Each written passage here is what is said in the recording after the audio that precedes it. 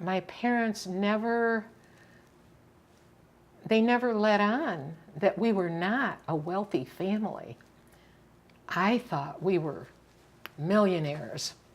And when I think back, my wardrobe, I had 2 dresses for school days, and I had 2 dresses for going to synagogue or the Jewish holy days.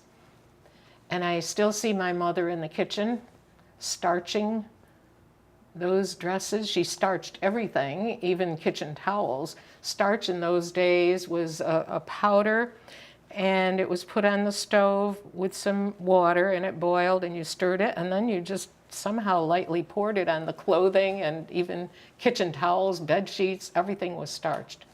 So when I went to school, I knew that I looked well, and yet I always thought I looked different.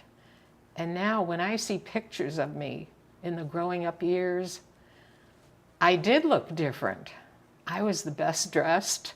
My hair, I had hair down below my knees that was never cut until I graduated from the 8th grade.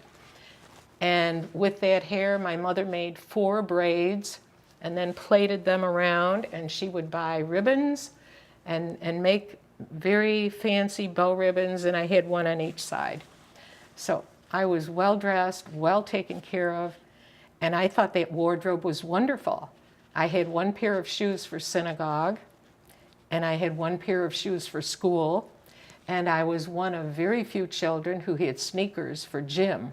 Not all of the children did at that time.